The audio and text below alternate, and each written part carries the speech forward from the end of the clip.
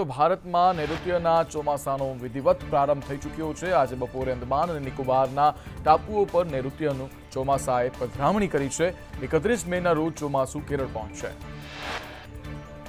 કેન્દ્રીય હવામાન વિભાગની આગાહી મુજબ ગુજરાતમાં નૈઋત્યનું ચોમાસું 19 થી 30 જૂન વચ્ચે પધરામણી કરશે। ગત વર્ષની સરખામણીએ આ વખતે કેરળ સહિત ગુજરાતમાં ચોમાસું વહેલું પહોંચશે।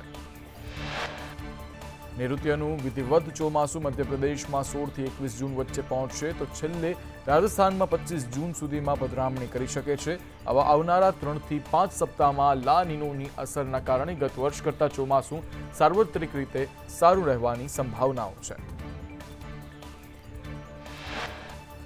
તો કર્ણાટકના બેંગલુરુમાં પવન સાથે ધીમી ધારે વરસાદ વરસ્યો। બેંગલુરુ શહેરના અનેક વિસ્તારોમાં પાણી ફરી વળ્યા। આવનારા 15 દિવસમાં નૈઋત્યનું વિધિવત ચોમાસાનું કર્ણાટક પહોંચી જશે। દક્ષિણ ભારતમાં મેઘ સવારી જોવા મળી। તમિલનાડુના થુથુકુડીમાં પવન સાથે ધોધમાર વરસાદ જોવા મળ્યો। શહેરના રસ્તાઓ પર પાણીની નદીઓ વહી, જ્યારે નૈઋત્યના વિધિવત ચોમાસા પહેલા પ્રી મોન્સૂન એક્ટિવિટી શરૂ કરી દેવામાં આવી છે। દિલ્હીના નઝફગઢમાં દેશનું સૌથી ઊંચું તાપમાન નોંધાયું છે। દિલ્હી ફરી આજે 47.8 ડિગ્રી સાથે દેશનું હોટેસ્ટ સિટી બન્યું છે। ચંદીગઢ અને હિમાચલ પ્રદેશના અમુક શહેરોમાં પણ હીટવેવની અસર જોવા મળી રહી છે। ઉત્તર પ્રદેશના આગ્રામાં 47.7 ડિગ્રી તાપમાન નોંધાયું તો વળી મધ્યપ્રદેશના દતિયા જિલ્લાના રહેવાસીઓ 47.5 ડિગ્રીમાં શેકાયા। ઝાંસીવાસીઓએ 47.2 ડિગ્રીમાં શેકાયા। રાજ્યમાં આગ ઓગતી ગરમી। અમદાવાદ સહિત રાજ્યના મોટાભાગના શહેરોમાં તાપમાનનો પારો 44 ડિગ્રીને પાર પહોંચ્યો। અગન વરસાદથી લોકો ત્રાહિમામ પોકારી ઉઠ્યા। સુરેન્દ્રનગરમાં કાળઝાળ ગરમીથી લોકો ત્રાહિમામ થયા છે। ગરમીનો પારો 45.3 ડિગ્રીને પાર થતા લોકો હેરાન પરેશાન થઈ ચૂક્યા છે। શહેરના માર્ગો પર કર્ફ્યુ જેવી સ્થિતિ સર્જાઈ ચૂકી છે। લોકોએ કારણ વગર બહાર નીકળવાનું પણ ટાળ્યું છે।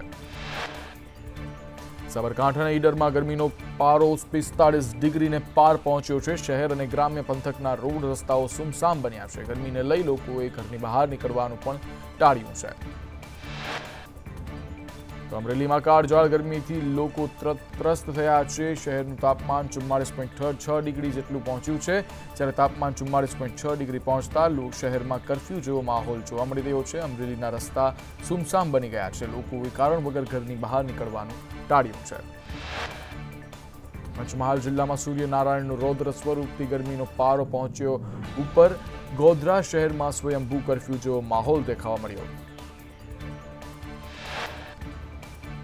અરવલ્લીમાં હીટવેવ। મોડાસા શહેરમાં આજે 43 ડિગ્રી તાપમાન। લોકોએ ઘરમાંથી બહાર નીકળવાનું ટાળ્યું તો પક્ષીઓએ માળામાંથી બહાર નીકળવાનું ટાળ્યું। હજુ પણ એક સપ્તાહ ગરમી વધવાની હવામાન વિભાગે આગાહી કરી છે। સુરતમાં કાળઝાળ ગરમીથી લોકો ત્રાહિમામ પોકારી ઉઠ્યા છે। શહેરમાં તાપમાન 40 ડિગ્રીને પાર પહોંચ્યું। રાજકોટમાં ભીષણ ગરમીથી રસ્તાઓ સુમસામ બન્યા। આકરા તાપોના કારણે કર્ફ્યુ જેવા માહોલ સર્જાયા। રાજકોટમાં તાપમાનનો પારો 44 ડિગ્રીને પાર પહોંચ્યો। અમીરગઢમાં તાપમાનનો પારો 43 ડિગ્રીએ પહોંચ્યો। અમીરગઢ નેશનલ હાઈવે અતિશય ગરમીના લીધે સુમસામ જોવા મળ્યો। ગરમીથી બચવા માટે લોકો લઈ રહ્યા છે શેરડીનો રસ, કેરીનો રસ જેવા ઠંડા પીણાની સહારો।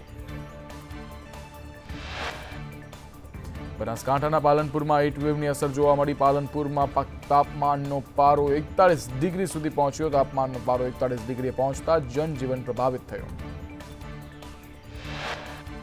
રાજ્યમાં વધુ આકરો બન્યો હીટવેવનો કહેર। રાજ્યમાં હજુ 6 દિવસ ગરમીથી નહીં મળી શકે રાહત।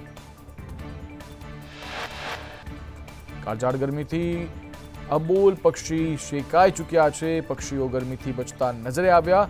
સુરતમાં પક્ષીઓ પાણીમાં છબછબિયા કરતા જોવા મળ્યા। સાથે જ પાઇપલાઇનમાંથી નીકળેલા પાણીથી નહાતા નજરે પડ્યા પક્ષીઓ। તો સૌરાષ્ટ્રમાં પાણીની પરાયણને લઈ રાજકોટ જિલ્લા કોંગ્રેસ પ્રમુખ લલિત વસોયાનું નિવેદન સામે આવ્યું। કહ્યું, રાજકોટ સહિત સૌરાષ્ટ્રમાં પીવાના પાણીની કટોકટી છે। ઘરે ઘરે પીવાનું પાણી પહોંચાડવાના સરકારના પોકળ દાવા છે। અમદાવાદમાં ભર ઉનાળે પાણીની પરાયણ જોવા મળી। બહેરામપુરાના ઝારાનગરમાં લોકો પાણી માટે પરેશાન થયા છે। લોકો ટેન્કરથી પાણી મંગાવવા માટે મજબૂર બન્યા છે। 1 મહિનાથી બહેરામપુરાના રહીશો પાણી વિહોણા છે। તો સુરત શહેરમાં ભર ઉનાળે પાણીની પરાયણ જોવા મળી. ઉના વિસ્તારમાં છેલ્લા 15 દિવસથી પીવાના પાણીની સમસ્યા જોવા મળી. પીવાનું પાણી નહીં મળતા સ્થાનિકોએ માટલા ફોડીને વિરોધ કર્યો છે. વારંવાર રજૂઆત છતાં નિરાકરણ ન આવતા સ્થાનિકો રોષે ભરાયા છે. અરવલ્લીના મેઘરજના રામગઢી ભૂતિયાકુડી વિસ્તારમાં પાણીની પોકાર ઉઠી છે. મહિલાઓ 1 કિલોમીટર દૂર ચાલી અને પાણી ભરવા માટે મજબૂર બની છે. પશ્ચિમ બંગાળના બિષ્ણુપુરમાં વડાપ્રધાનનો ચૂંટણી પ્રચાર. જાહેર સભાને સંબોધન કરતા પીએમએ કોંગ્રેસ અને ટીએમસી પર પ્રહાર કર્યા અને કહ્યું કે કોંગ્રેસ કે ટીએમસીની જે રાજ્યોમાં સરકાર છે ત્યાં લોકો ગરીબ બન્યા છે. તો પીએમએ વિપક્ષને આડે હાથ લેતા કહ્યું, કોંગ્રેસ લેફ્ટ અને ટીએમસીના પાપ એક સમાન, એટલે જ ઇન્ડી ગઠબંધન બનાવ્યું છે. પીએમ મોદીએ કહ્યું, ભ્રષ્ટાચારીઓના ગાડી અને બંગલા વેચાવીશું એ મોદીની ગેરંટી છે. ઉત્તર પ્રદેશના પ્રયાગરાજમાં રાહુલ ગાંધી અને અખિલેશ યાદવની સભામાં હોબાળો જોવા મળ્યો. બંને નેતાઓ મંચ છોડીને ભાગી ગયા. પ્રયાગરાજમાં સમર્થકોએ સુરક્ષા કોર્ડન તોડ્યું. સમર્થકોએ પોલીસ સાથે ધક્કામુક્કી કરી અને અનેક લોકો ઘાયલ થયા. દિલ્હીના મુખ્યમંત્રી કેજરીવાલ અને આમ આદમી પાર્ટીના કાર્યકર્તાઓની કમલમ કૂચની ફિયાસ્કો થયો છે. ભાજપ હેડક્વાર્ટરનો ઘેરાવ કરે તે પહેલા જ કેજરીવાલ ઘરે પહોંચી ગયા. આમ આદમી પાર્ટીના કાર્યકર્તાઓના ટોળાને પોલીસે વિખેરી નાખ્યા. અરવિંદ કેજરીવાલના ભાજપ પર આકરા પ્રહાર. આમ આદમી પાર્ટી કાર્યકર્તાઓને સંબોધન કરતા તેઓએ કહ્યું કે ભાજપ આપણને ખતમ કરવા માટે 3 યોજનાઓ બનાવી.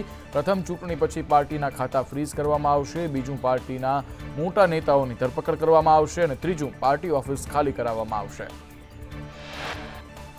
આમ આદમી પાર્ટીના કાર્યકર્તાઓએ આપ હેડક્વાર્ટર બહાર જ વિરોધ પ્રદર્શન કર્યું. આપ સાંસદ સંજયસિંહ સહિતના આપના સાંસદો અને મંત્રીઓ પણ વિરોધ પ્રદર્શનમાં જોડાયા.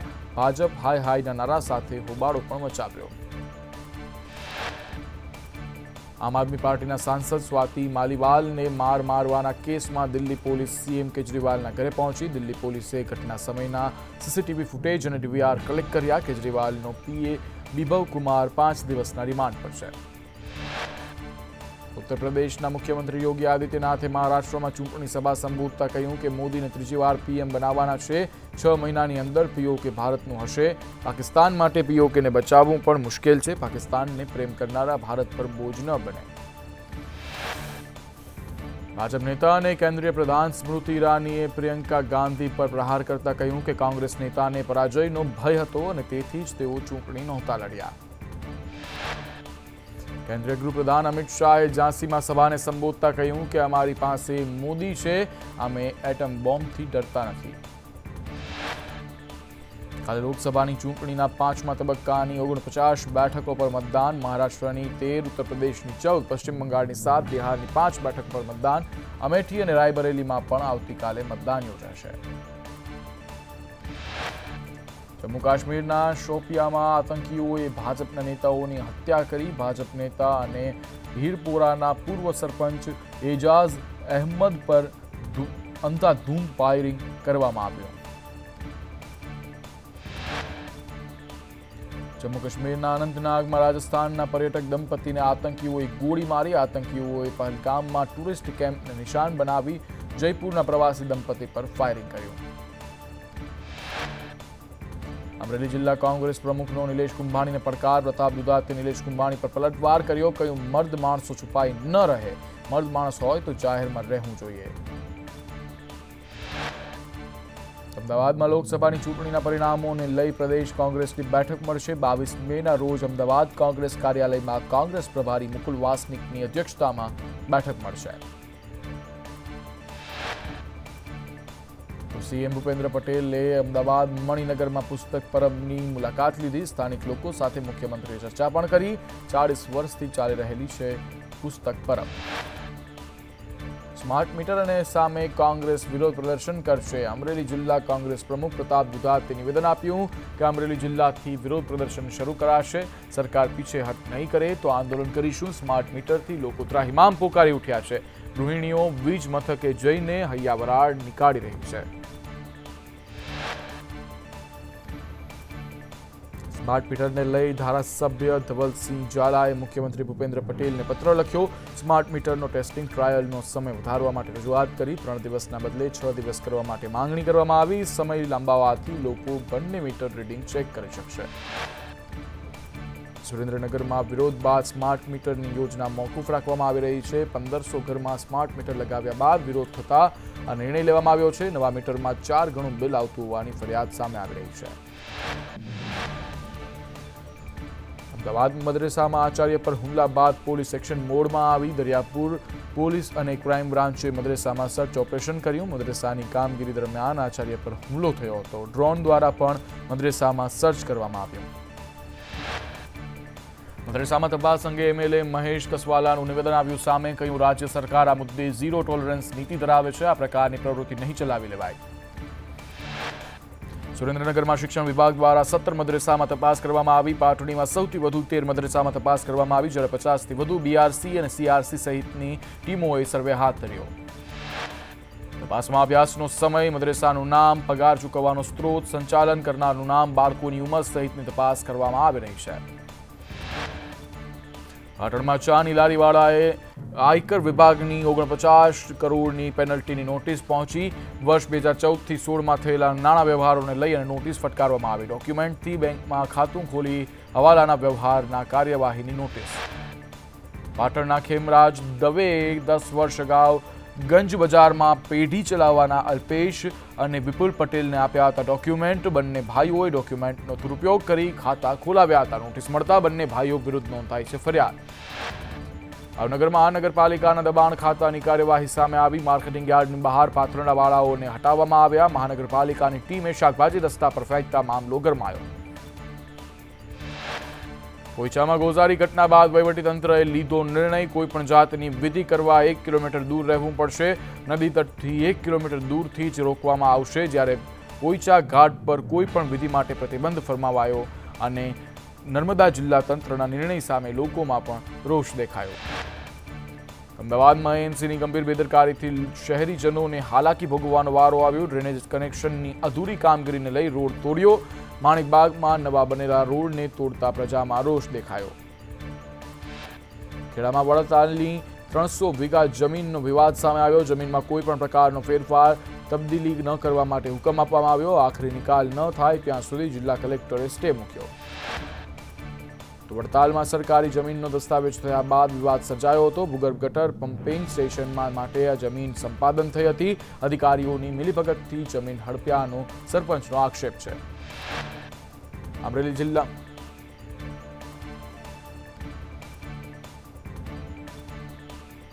વલસાડના આહિર યુવાન પર હુમલા મામલે પરિવારજનોના પોલીસ પર યોગ્ય કાર્યવાહી ન કર્યા હોવાનો આક્ષેપ. ચીખલી પોલીસ સ્ટેશને પહોંચી કાર્યવાહી કરવાની કરી માંગ. યુવાને રૂપિયાની લેતી દેતીમાં ચીખલી બોલાવી મારવામાં આવ્યો હતો. પંચમહાલમાં ભર ઉનાળે પાણીની તંગી વચ્ચે પાણીનો વેડફાટ થતો દેખાઈ રહ્યો છે. વીજ સબસ્ટેશન પાછળ પાઇપલાઇનના વાલમાંથી પાણીના ફુવારા ઉડ્યા. તંત્રએ ગંભીરતા ન લેતા વાલમાંથી પાણીનો વેડફાટ થયો.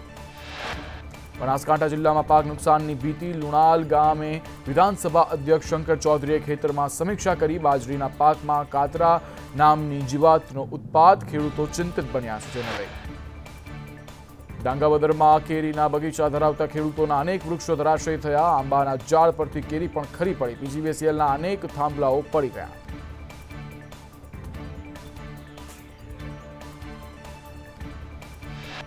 સુરતના પાંડેસરામાં નશાખોર ટેમ્પો ચાલકે બાળકીને કચડી નાખી. માતા સાથે બાળકી સૂતી હતી તે વખતે જ ટેમ્પો ચાલકને બાળકીને કચડી નાખતા મોત થયું છે. પાંડેસરા પોલીસે ટેમ્પો ચાલકની આ બાબતે અટકાયત પણ કરી લીધી છે.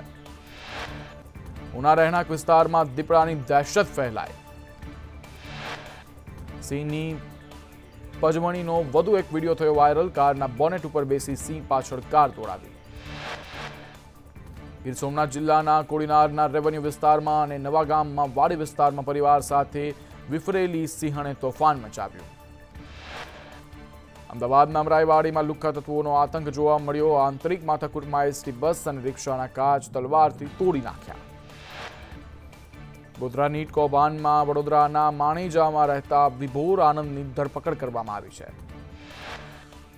સુરતમાં દુકાનની આડમાં જુગારધામનો પર્દાફાશ થયો। રિઝન્ટ પ્લાઝાના બીજા માળે રાધા એન્ટરપ્રાઇઝમાં જુગારધામ ચાલતું હતું। પંચમહાલના ગોકળપુરામાં ખેડૂતની હત્યાનો મુદ્દો સામે આવ્યો। 48 કલાક બાદ પણ એક આરોપી પોલીસની પકડથી દૂર।